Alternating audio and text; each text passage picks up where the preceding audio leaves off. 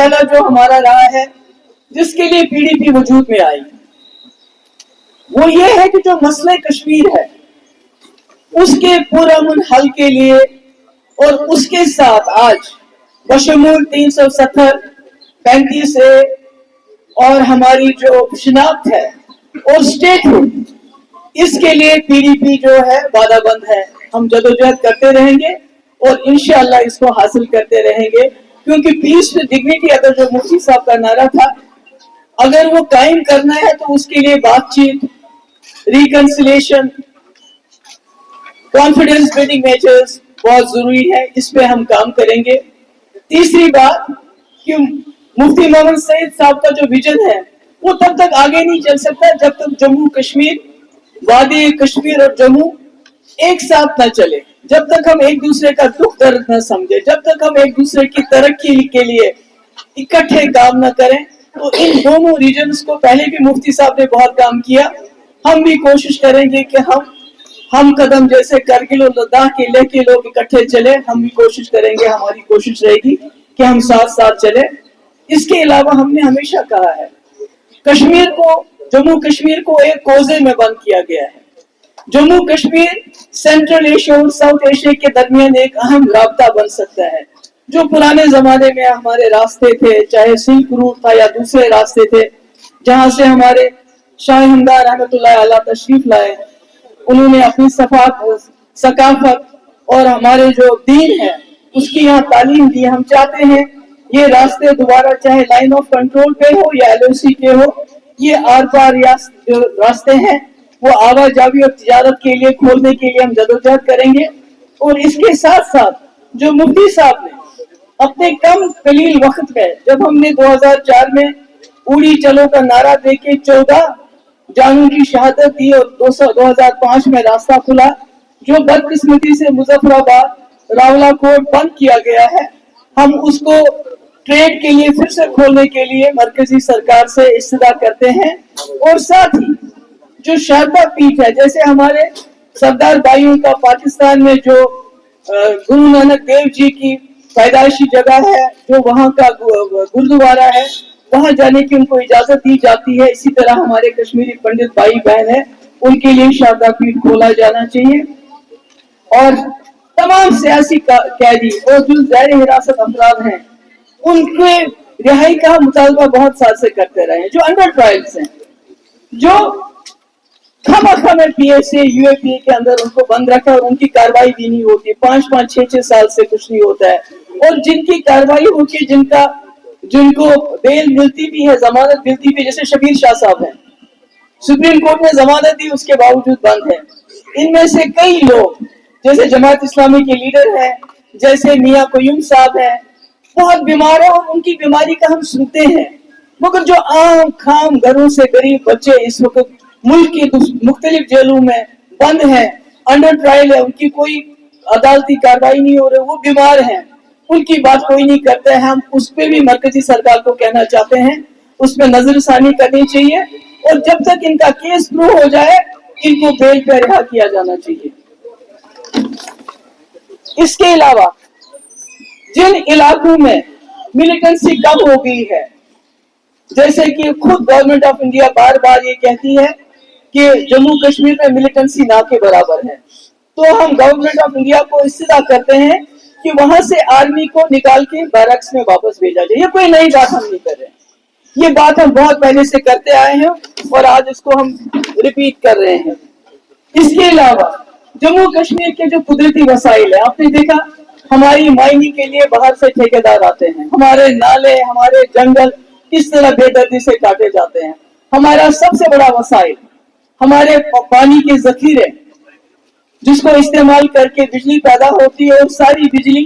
پورے ملک میں جاتی ہے, پر ہمیں اتنی مہنگی بجلی ملتی ہے جس کا کوئی حساب کتاب نہیں ہے. ہم مرکزی سرکار سے یہ بھی ڈیمانڈ رکھتے ہیں کہ یا تو ہمیں اس کے بدلے معاوضہ ملے یا کم سے کم 2 پاور پروجیکٹ ہمیں ٹرانسفر کیا جائے, کیونکہ عمر صاحب نے وعدہ تو کیا تھا 200 یونٹ بجلی میں فری دوں گا, وہ تو نہیں دی انہوں نے, مگر کم سے کم اگر ہمیں معاوضہ یا پاور پروجیکٹ واپس ملے تو ہماری کئی جو مشکلات ہیں وہ دور ہو سکتی ہیں. اور اس کے ساتھ پیر پنجاب और चुनाव वैली में काफी देर से डिमांड रही है कि हमारा अलग एडमिनिस्ट्रेटिव डिवीजन बनना चाहिए। हम इस मांग को दोबारा दोहराते हैं ताकि वहां भी जो डेवलपमेंट है पूरी तरह से हो जाए, और कश्मीरी पंडितों की वापसी हम चाहते हैं बाइज्जत तरीके से। उसके लिए हम पूरी कोशिश करते रहेंगे। और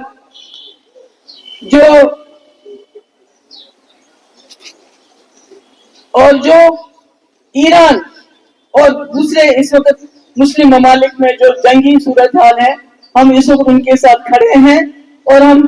चाहते हैं कि ये जो खून खराबा हो रहा है इसको बंद किया जाए, तमाम लोग जो है अपनी जिंदगी आराम से गुजारे। और सबसे आखिर में 5 अगस्त जिस दिन हमसे सब कुछ छीना गया है,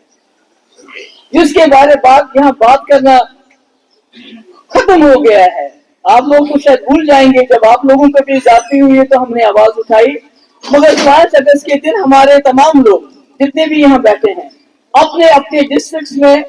370 की बहाली के लिए, मसले कश्मीर के पुरअमन हल के लिए, 35A की बहाली के लिए एक पूरा मुल्क धरना देंगे।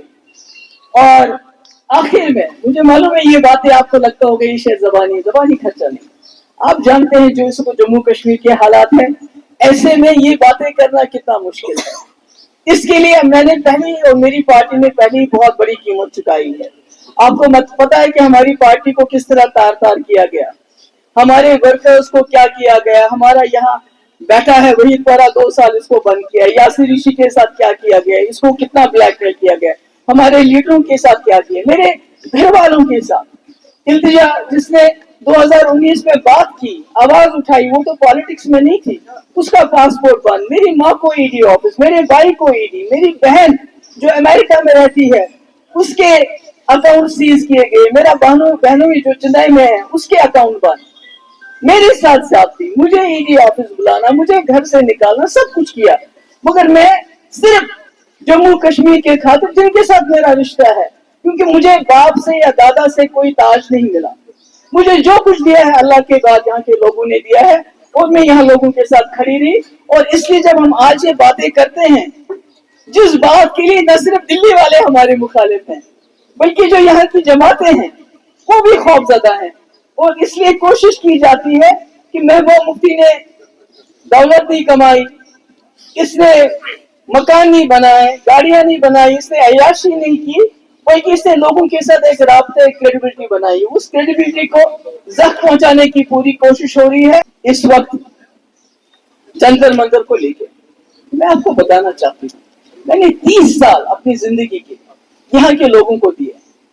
मैंने कुछ नहीं मांगा, कुछ नहीं लिया लोगों से। मेरे पास रहने के लिए जगह नहीं है, मेरे पास अपनी गाड़ी नहीं है, मैंने अपने बच्चे छोड़ के यहाँ जंगल जंगल गांव जब फारूक साहब 96 में ऑटोनॉमी के नारे पे उनको 60 MLA मिले,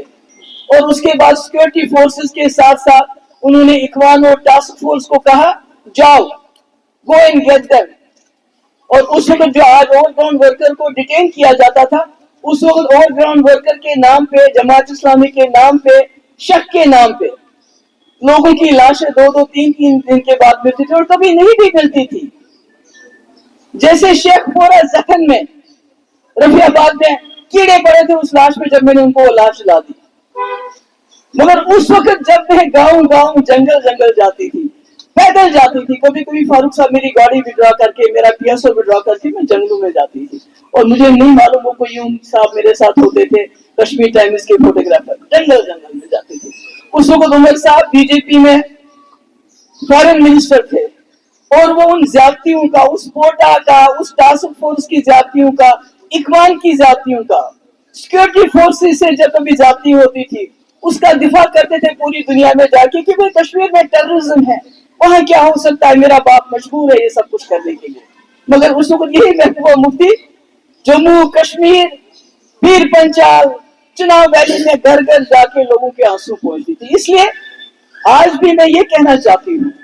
कि जो मैंने बात कही, पहले तो मुझे लगता है उमर साहब जंतर मंतर पहुंच गए स्टेट हुड को लेके, क्या फर्क पड़ता अगर वो अपने नौजवान जो हमारे जम्मू कश्मीर के बच्चे हैं उनके लिए 2 मिनट वहां खड़े हो जाते, क्योंकि मैं खुद नहीं गई वहां, मुझे कश्मीर के बच्चों ने फोन करके बुलाया। क्यों बुलाया? क्योंकि आपको पता है जब भी कुछ होता है, जब ये बच्चे हमारे बाहर होते हैं, इनको वहां कॉलेजेस में, यूनिवर्सिटीज में, हॉस्टल में तंग किया जाता है। उनको लगा शायद महबूबा मुफ्ती आएगी तो शायद हमारी मदद होगी। मैं गई, मैंने वहां बात की, मैंने कहा आज पूरा हिंदुस्तान जम्मू कश्मीर बना है। और जब मैं वहां से तकरीर करके निकली, कई सारे लोग दाएं बाएं मुझसे पूछने लगे। मैंने बहुतों को अपनी बाइट दी, मगर एक आ गया इसकी बाइट में जहां मैंने कहा कि मिलिटेंसी है और बहाना बनता है, और बहाना जल्दबाजी में मेरे मुंह से नहीं निकला, क्योंकि मैंने कहा, मैंने सोचा मैंने कह दिया, और उसको इन्होंने इतना उछाला। मगर मुझे परवाह नहीं है, क्योंकि जब मैं उसमें थी 97 में, जब मैं यहाँ ह्यूमन राइट्स वायलेशन की बात करती थी तो फारूक साहब सीताराम केसरी के पास जाते थे, बोलते थे कश्मीर टाइम्स दिखा के, ये देखो तुम्हारी वहां जो सीएलपी लीडर है ये कैसे एंटी नेशनल बातें करती है। वही काम आज उमर साहब करते हैं, वही काम आज दूसरी जमातें जो यहाँ है, बी टीम सी टीम, वो कहते हैं कि हम तो यहाँ सब कुछ नॉर्मलाइज करना चाहते हैं, मगर महबूबा मुफ्ती और उसकी पार्टी बयानबाजी करती है और हम मजबूर होते हैं बयान देने के लिए। तो इसलिए आज मैं कहना चाहती हूँ, जो बात मैंने कही, मैं नहीं कहूंगी कि वो कोई फेक वीडियो है, नहीं, वीडियो सही है, मगर जो लफ्ज मैंने कि बहाना बनता है, कहीं मुझसे स्लिप कर गया, क्योंकि मैं बहुत लोगों के साथ बोल रही थी और उसका अलग मतलब निकाला गया। तो अगर मेरी वजह से, क्योंकि लोगों का रिश्ता, मैंने कह रहा मुझे बाप दादा से कुर्सी नहीं मिली, कुका रोड में जमीन जायदाद नहीं मिली, गाड़ियां नहीं मिली, तंगमर्ग में प्रॉपर्टी नहीं मिली, लंदन में प्रॉपर्टी नहीं मिली, मुझे लोगों की, यहाँ के लोगों ने प्यार दिया, उन्होंने इज्जत दी, और शायद उनको मुझ पर भरोसा भी ज्यादा है कि जैसे नेशनल कॉन्फ्रेंस ऐसे ही उसको पेश कर रही है, जैसे उमर साहब ने कल कहा, जैसे अफजल गुरु की फांसी पे मैंने साइन किया था, जैसे मकबूल रख की फांसी पे मैंने साइन किया था, जैसे कश्मीरियों को गोली मारो मैंने कहा था। मगर मैं आपको कहना चाहती हूँ, अगर मेरे लोगों को मेरी इस बात से जो बात अधूरी रह गई, उनको कहीं तकलीफ पहुंची, दिल आजारी हुई होगी, क्योंकि वो मुझे अपना समझते हैं, मेरी छोटी छोटी बात से मुझसे नाराज हो जाते हैं, तो मैं उसके लिए माजरत चाहती हूँ।